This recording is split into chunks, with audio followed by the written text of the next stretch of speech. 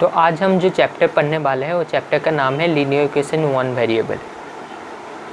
जैसे इसका मतलब ये होता है, ऐसे मान लो मैंने लिखा 7x + 5 = 14, क्योंकि ना यहाँ पर इक्वल टू का साइन आ गया तो ये एक इक्वेशन फॉर्म हो गया। यहाँ पर left hand side = right hand side, यानी इसको हम लेफ्ट हैंड साइड कहते हैं LHS, और इसको हम राइट हैंड साइड कहते हैं। दोनों ही साइड में हमें कैलकुलेट करना पड़ता है, यानी ये इसके बराबर है।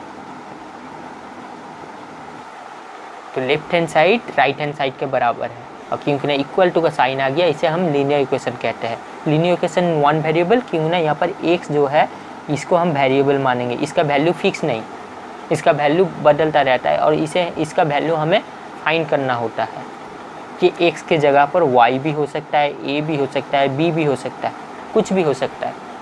और ये वेरिएबल जनरली हम लेते हैं कोई भी एक अल्फ़ाबेटिकल लेटर को, लेकिन लेने के समय एक चीज़ याद रखना, कभी भी o नहीं लेना। क्यों? o और 0 एक साथ मिक्स हो जा रहा है, इसीलिए o नहीं लेते। और x को हमेशा ऐसा लिखना, ऐसा कभी भी मत लिखना। जब भी ऐसा लिखोगे ये मतलब हो जा रहा है मल्टीप्लाई का साइन हो जा रहा है, तो इसे लीनियर इक्वेशन कहते हैं। अब चलो आगे बढ़ते हैं।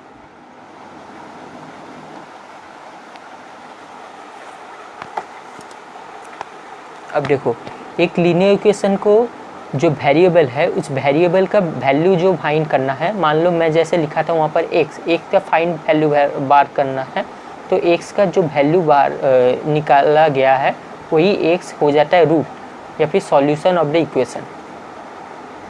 उसे हम रूट या सॉल्यूशन ऑफ द इक्वेशन, इसे हम जब आगे हम मैथ्स प्रॉब्लम सॉल्व करेंगे तब हम जानेंगे। जैसे rules for solving an equation, क्योंकि ना हम इक्वालिटी का साइन दे रहे हैं, यानी लेफ्ट हैंड साइड और राइट हैंड साइड बराबर है, इसीलिए जो भी हम लेफ्ट हैंड साइड में करेंगे वो राइट हैंड साइड में होना चाहिए। जैसे जो लेफ्ट हैंड साइड में हम जो क्वांटिटी ऐड कर रहे हैं, यानी उसमें जो क्वांटिटी ऐड कर रहे हैं वो राइट हैंड साइड में भी ऐड होना चाहिए, और जो क्वांटिटी हम लेफ्ट हैंड साइड से सब्ट्रैक्ट कर रहे हैं वही क्वांटिटी राइट हैंड साइड से सब्ट्रैक्ट होना चाहिए।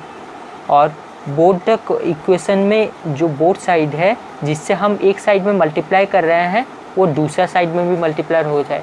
ऐसा क्यों कर रहे हैं? ताकि इक्वलिटी बराबर रहे, ताकि कोई इंक्रीज़ ना हो कोई डिक्रीज़ ना हो। सिमिलरली डिवाइड के केस में भी अगर कोई एक साइड में जो है लेफ्ट हैंड साइड में जो है राइट हैंड साइड में जो है वो दोनों इक्वल है, तो अगर हम लेफ्ट हैंड साइड को 6 से डिवाइड कर रहे हैं तो राइट हैंड साइड को भी 6 से डिवाइड करेंगे। ये अभी समझ में नहीं आ रहा होगा, लेकिन हम जब क्वेश्चन करेंगे ये कॉन्सेप्ट क्लियर होते जाएगा। और जो लेफ्ट हैंड साइड में प्लस हो रहा है वो राइट हैंड साइड में जाने के बाद माइनस हो जाता है। जो राइट हैंड साइड में माइनस हो रहा है वो लेफ्ट हैंड साइड में आकर प्लस हो जा रहा है, और जो लेफ्ट हैंड साइड में डिवाइड हो रहा है वो राइट हैंड साइड में जाकर मल्टीप्लाई हो जाए। यानी दो चीज़ याद रखो, कोई अगर किसी साइड में सब्ट्रैक्शन हो रहा है तो वो दूसरा साइड में जाकर एडिशन बन जाएगा, और कोई अगर किसी साइड में डिवीज़न कर रहा है तो वो दूसरा साइड में जाकर मल्टीप्लाई हो जाएगा। किसी के आगे अगर लेफ़्ट साइड में पॉजिटिव साइन है तो वो राइट साइड में जाकर नेगेटिव साइन में बन जाएगा। क्यों ऐसा? इसलिए क्यों ना हम इक्वलिटी बराबर रखना चाहते हैं। जैसे यहाँ पर कह ही दिया गया है linear equation in one variable. Equation मतलब जहाँ पर इक्वलिटी बराबर रहे। अब जो कुछ भी मैं समझाया ये शायद तुम्हें पूरा समझ में नहीं आया होगा, लेकिन जब तक हम क्वेश्चन नहीं करते, सॉल्व नहीं करते, तब तक हमें समझ में नहीं आएगा। तुम्हारे पास जो भी किताब है, जो भी बुक है, वो करो, सॉल्व करो, तभी जाकर तुम्हारा कॉन्सेप्ट क्लियर होगा। मैं यहाँ पर पढ़ा दूँगा, कॉन्सेप्ट को समझा दूँगा और कुछ हल्का फुल्का क्वेश्चन करा दूँगा। उसके बाद तुम्हारा कार्य है, तुम्हें उस पर एक्सीलेंसी लाना है। तो आगे चलते हैं। अब देखो क्वेश्चन आ गया। जैसे मान लो एक क्वेश्चन लेते हैं, मान लो पहले एक सहज क्वेश्चन लेते हैं।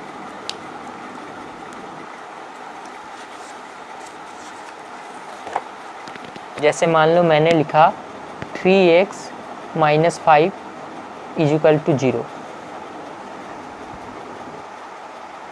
तो इसका आंसर क्या होगा? अब देखो यहाँ पर ये x वेरिएबल है, 3, 5 और 0 क्या है? कांस्टेंट है। अब देखो 3x माइनस 5 इक्वल टू 0, तो इसको हम लिख सकते हैं 3x इक्वल टू, यहाँ पर देखो ये माइनस में है तो ये राइट हैंड साइड में जाकर प्लस हो जाएगा, हो गया। अब देखो 3, हमें x का वैल्यू फाइंड करना है क्योंकि ना वेरिएबल का वैल्यू फाइंड करना होता है। तो यहाँ पर 3x मतलब क्या? 3 इंटू एक्स लिखा हुआ है, इसीलिए मैं कहा था x को इंटू के फॉर्म में मत लिखना, x को ऐसा लिखना, 3 इंटू एक्स लिखा हुआ इक्वल टू 5। अब देखो हमें x का वैल्यू फाइंड करना है, तो x का वैल्यू, जिसका वैल्यू फाइंड करना है उसको एक साइड में रखेंगे, बाकी के टर्म को और एक साइड में ले जाएंगे। यहाँ पर देखो अगर x को हम इस साइड में रखें तो यहाँ पर 3 क्या कर रहा है? मल्टीप्लाई कर रहा है, तो इस साइड में आकर ये डिवाइड करने लगेगा, यानी 3 हो जाएगा ऐसे, x इक्वल टू 5/3। तो ये हो गया आंसर। और एक क्वेश्चन देखो लेते हैं, जैसे मान लो और एक क्वेश्चन क्या है, 8x minus 3 equal to 9 minus 2x। तो इसको हम कैसे सॉल्व करेंगे? देखो इसको हम पहले हम क्या करेंगे, हम करेंगे कि जो वेरिएबल का टर्म है उसको एक साइड लेके चले आएंगे। 8x यहाँ पर माइनस 2x है, यहाँ पर देखो माइनस है तो ये और दूसरा साइड में जाने के बाद प्लस हो जाएगा, प्लस 2x। सिमिलर यहाँ पर 9 है, यहाँ पर माइनस 3 है, तो यहाँ पर आने के बाद प्लस 3 हो जाएगा। तो क्या हुआ? 10x equal to 12, x equal to 12/10। इसको हम सिंपलेस्ट फॉर्म में लिख सकते हैं, कैसे? 2 5 जा 2 6 जा, तो x का वैल्यू कितना हुआ? 6/5। तो ये हो गया आंसर। ऐसे हमें सॉल्व करना है। और एक क्वेश्चन लेते हैं, देखो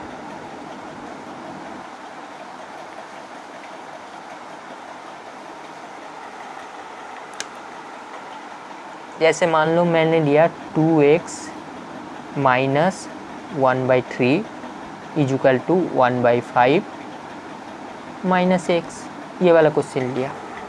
तो इसे हम कैसे सॉल्व करेंगे? अब देखो इसे सॉल्व करेंगे ऐसे। हाँ, जब भी हम लीनियर इक्वेशन सॉल्व करते हैं इधर हम लिखते हैं इक्वल टू, ये साइन देते हैं, या फिर लिखते हैं और। कभी भी ये मत देना क्योंकि ना इससे हम सॉल्व कर रहे हैं, ये दोनों में से कोई एक साइन देना। ये होता है इम्प्लाइज दैट और ये होता है और मतलब इसको, इस इक्वल टू को, इस इक्वल टू इक्वेशन को हम दूसरी तरह इस तरह भी लिख सकते हैं। तो तुम्हारा जो मर्जी तुम वो दो, मैं जैसे यहाँ पर लिखता हूँ और, अभी और से कर रहा हूँ और एक क्वेश्चन इम्प्लाइज साइन से मैं दिखा दूंगा। तो यहाँ पर क्या हुआ? 2x हुआ, यहाँ पर माइनस x है तो यहाँ पर प्लस x हो जाएगा। क्यों? यहाँ पर माइनस है, ये इस साइड में आ गया प्लस। अब तुम बताओगे क्यों हम 2x और x क्यों लिख रहे हैं? ऐसा इसलिए क्योंकि ना हमें वेरिएबल का टर्म निकालना है। तो वेरिएबल का टर्म निकालना है, इसीलिए हम वेरिएबल के टर्म को एक साइड में लेकर आ गए हैं और कांस्टेंट टर्म को एक साइड लेके चले जा रहे हैं। तो इससे फ़ायदा क्या होगा? 1/5 प्लस 1/3 ऐसा हुआ। तो इससे फ़ायदा क्या होगा? देखो मैं इसको लिख दूँगा 3x और इसको लिख दूँगा, ये कितना होगा? एलसीएम करने के बाद ये 15 हो रहा है, तो ये हो जाएगा 3, ये हो जाएगा 5। सिमिलरली x इक्वल टू हो गया, ये देखो 8/15 और यहाँ पर देखो 3 इंटू एक्स है, मतलब ऐसे लिख सकते हैं 3 1/x, यानी ये 1 3 को डिवाइड कर रहा है और 3 मल्टीप्लाई कर रहा है। ये वहाँ 1 यहाँ पर डिवाइड कर रहा है तो यहाँ पर जाकर मल्टीप्लाई हो जाएगा, 1 हो जाएगा, और 3 यहाँ पर मल्टीप्लाई कर रहा है तो डिवाइड हो जाएगा, 1/3 हो जाएगा, राइट। तो ये वाला क्या होगा? x इक्वल टू 8/45, ये हो गया आंसर। इसीलिए हम कर रहे हैं। अब देखो मैंने यहाँ पर क्यों लिया एक साइड में वेरिएबल टर्म को, ताकि हम x का वैल्यू एक साइड में रहे और जो कांस्टेंट टर्म है उसको एक साइड लेते जाए। x का टर्म एक साइड फिक्स रखकर और कांस्टेंट टर्म और एक साइड फिक्स रहते, ताकि कि x जो वेरिएबल का टर्म लास्ट में एक साइड में रहे और कांस्टेंट टर्म एक साइड में आए। तो x इक्वल टू ये हो गया आंसर। आशा करता हूँ समझ में आ रहा होगा। और एक क्वेश्चन लेते हैं,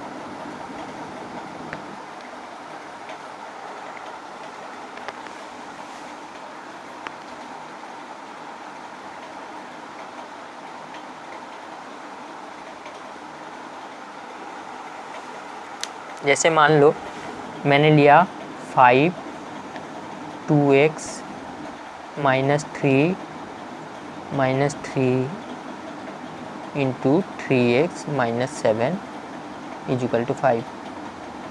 तो इसे हम कैसे सॉल्व करेंगे? अब देखो इसे सॉल्व करेंगे। देखो 5 इंटू हो रहा है, मतलब ये पूरा टर्म को इंटू कर रहा है। 5 इंटू 2x क्या होगा? 10x। 5 -3 का इंटू हो रहा है, तो 5 इंटू 3 15 और माइनस साइन है तो -15।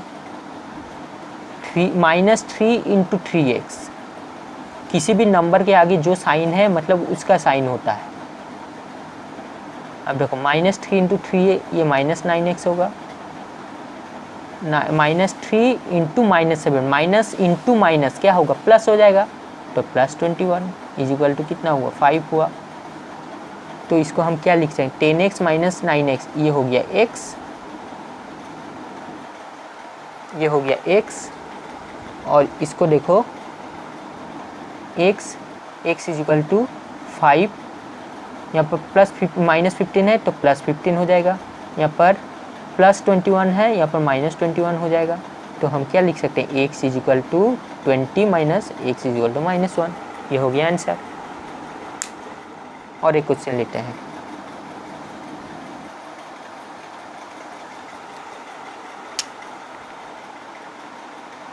(13y - 4)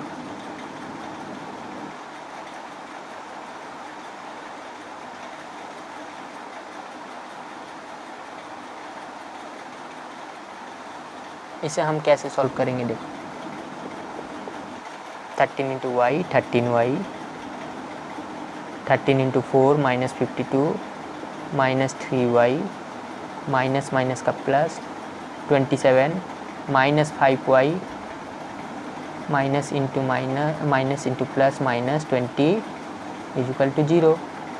अब देखो यहाँ पर वेरिएबल y का है, तो 13y - 3y कितना हुआ? 10y, -5y कितना हुआ? 5y। यहाँ पर देखो -52 प्लस 27 कितना हुआ? -25, और यहाँ पर -20 है तो कितना हुआ? -45। तो यहाँ पर हम लिख सकते हैं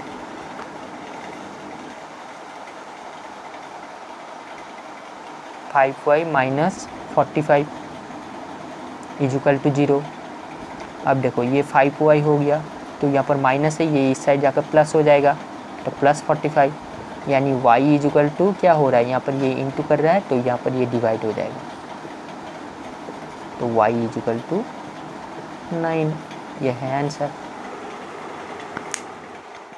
और एक क्वेश्चन लेते हैं। देखो जैसे मान लो मैंने लिखा 3x - 1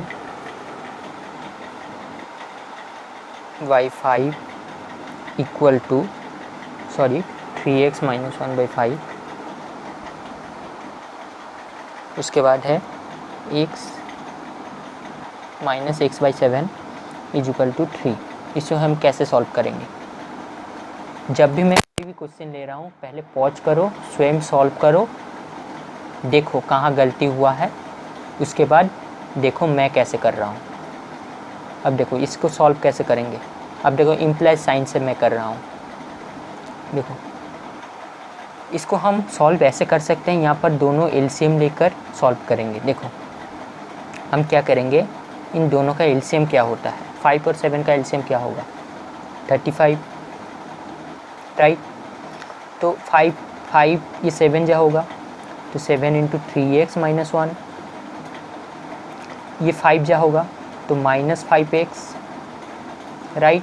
5 को मल्टीप्लाई कर दिए, यहाँ पर 3 हो गया, राइट। उसके बाद क्या है? ये देखो यहाँ पर डिवाइड हो रहा है, ये इसको डिवाइड कर रहा है तो यहाँ पर जाकर मल्टीप्लाई हो जाएगा। तो यहाँ पर हम क्या लिखेंगे? 7 इंटू 3x क्या होगा? 21x, -7, 7 इंटू 1 7 इंटू 1 जो 7, और माइनस है -7, -5x, 3 इंटू 35 हो गया।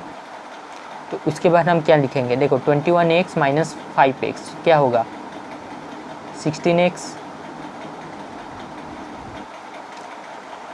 3 इंटू 30 ये क्या होगा 105, यहाँ पर -7 है, यहाँ पर +7 हो जाएगा। x क्या होगा 112/16, क्यों यहाँ पर 16 से डिवाइड कर रहा होगा, 16 यहाँ पर मल्टीप्लाई कर रहा है, इसीलिए इस साइड जाकर डिवाइड हो जाएगा। मैंने कहा था ना जो इस साइड मल्टीप्लाई हो रहा है उस साइड डिवाइड हो जाएगा, और जो इस साइड डिवाइड हो रहा है जो वो उस साइड जाकर मल्टीप्लाई हो जाएगा। इस साइड मतलब ये चाहे LHS में हो या RHS में हो, यानी साइड चेंज किया तो उसका जो वो कार्य कर रहा है उसका अपोजिट हो जाएगा, यानी मल्टीप्लाई का डिवीज़न, डिवीज़न का मल्टीप्लाई, और सब्ट्रैक्शन का एडिशन, एडिशन का सब्ट्रैक्शन। और सिर्फ एक बात याद रखना, जब भी हम प्लस माइनस करते हैं, प्लस माइनस के क्षेत्र में साइन चेंज हो जाता है। नहीं तो मान लो अगर इस साइड में -21 मल्टीप्लाई कर रहा है तो उस साइड में जाकर -21 डिवाइड करेगा, वहाँ पर 21 से डिवाइड नहीं होगा। वहाँ पर यहाँ पर मल्टीप्लाई हो रहा है तो वहाँ पर डिवाइड करेगा लेकिन साइन चेंज नहीं होगा। लेकिन जब सब्ट्रैक्शन या एडिशन आता है तब उस साइड में जाकर, अगर इस साइड में एडिशन हो रहा है तो उस साइड में जाकर सब्ट्रैक्शन हो रहा है, क्योंकि ना सब्ट्रैक्शन हो रहा है वहाँ पर साइन चेंज करेगा। तो यहाँ पर देखो इसको हम क्या कह सकते हैं, 4 4 जा, और ये होगा 4 28 जा, 1 ये 7, तो x का वैल्यू कितना आया, x का वैल्यू आया 7, ये हुआ आंसर। ऐसे में नाना तरह के और कई क्वेश्चन में सॉल्व करा सकता हूँ, लेकिन मेरे सॉल्व करने से कुछ नहीं होगा, सॉल्व तुम्हें करना होगा, क्योंकि ना एग्ज़ाम तुम दोगे और तुम्हें मैथ आना चाहिए, मुझे नहीं। ऐसे बहुत सारे ऐसे क्वेश्चन सॉल्व किया जा सकता है, इसीलिए और 2-3 क्वेश्चन सॉल्व कराता हूँ। उसके बाद तुम्हारे पास जो भी किताब है, जो भी बुक है, जहाँ से भी मिलता है वहाँ से सॉल्व करो। अब देखो नेक्स्ट क्वेश्चन लेते हैं।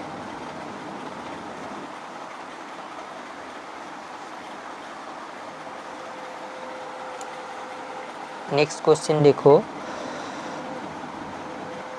मान लो ये एक क्वेश्चन है, 2x - 3 = 3/10,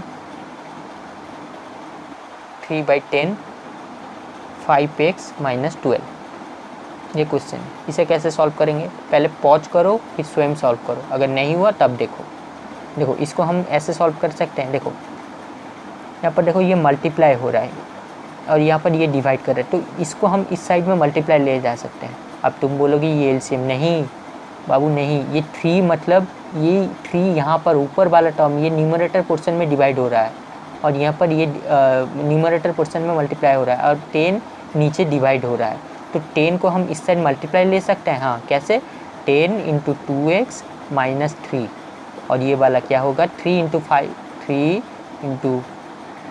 5x और 12, ये ऐसा हो गया।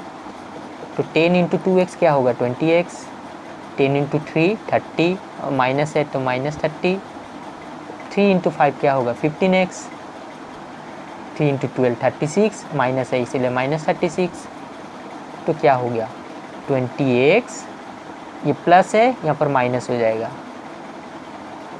-36x है, -36, और यहाँ पर -30 है तो इस साइड में जाकर +30 बन जाएगा।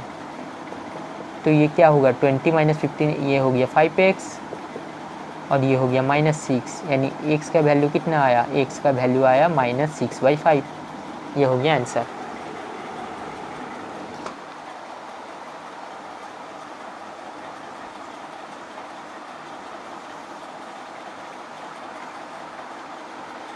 अब और एक लास्ट क्वेश्चन सॉल्व करूंगा, उसके बाद तुम्हें सॉल्व करना होगा।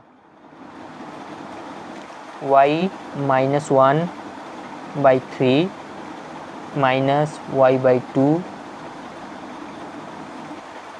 याद रखना मैथ्स तुम जितना सॉल्व करोगे उतना कॉन्सेप्ट क्लियर होगा, मैथ्स थ्योरी नहीं, मैथ जितना सॉल्व करते जाते हो उतना तुम्हारा कॉन्सेप्ट क्लियर होता है, उतना तुम्हारा थिंकिंग कैपेबिलिटी इंक्रीज होता है।